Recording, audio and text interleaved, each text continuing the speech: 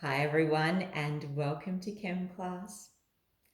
We learn about equilibrium constants in the study of equilibrium reactions, but we also have something else that we could be calculating, which is the reaction quotient.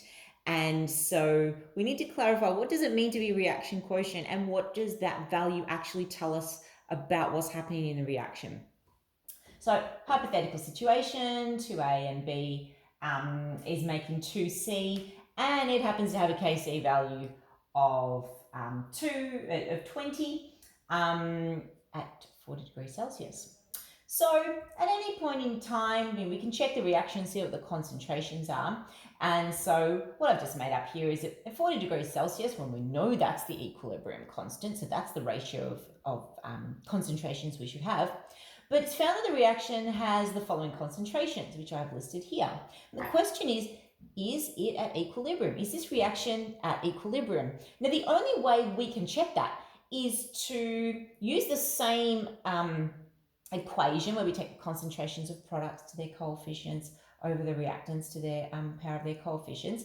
We do that same thing and we see if the value comes out to be 20. But because we don't actually know if it's at equilibrium, we're technically not calculating the Kc, we are calculating what we call Q. So when we're calculating Q, we do exactly the same thing. We take the concentration of the products, I'm still going to write the expression out, raised to the power of their coefficients. So concentration of A squared multiplied by, okay. So we put all those values in and we get 8 times 8, which is 64 over 4 squared, which is 16 times 2. Okay. Right. So same expression, but I'm giving it the symbol Q because we don't actually know if it's at equilibrium. We're not calculating the equilibrium constant per se. We're calculating what's the value at this point in time, and let's see if it's the same as K. So Q is any other point in time in the reaction where we're looking at these ratio of concentrations. So we see at this point in time when we took these concentrations, the value comes out of these relationship between these concentrations comes out to be 2. We know that our magic number, the constant at 40 degrees, should be 20. So what that tells us is that it is not at equilibrium. The way we can symbolize that is to say because Q does not equal Kc. So the Q gives us information about the reaction, tells us whether it's at equilibrium or not. So in this case, it's not. But more than that, it tells us what the reaction is doing in order to achieve equilibrium. The reaction, because it's not at equilibrium, it means that one of those directions is being favored, trying to get to equilibrium. So which direction is being favored?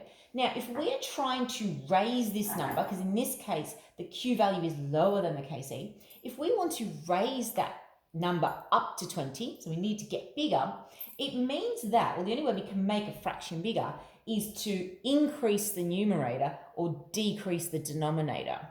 So if we're trying to increase the amount of C and decrease the amount of A and B, it means that in order to go from 2 up to 20, to get more of that and less of that, I must be favoring the forwards direction. So in this particular case, this system, in order to establish equilibrium, is favoring the forwards direction. This is the way it's going.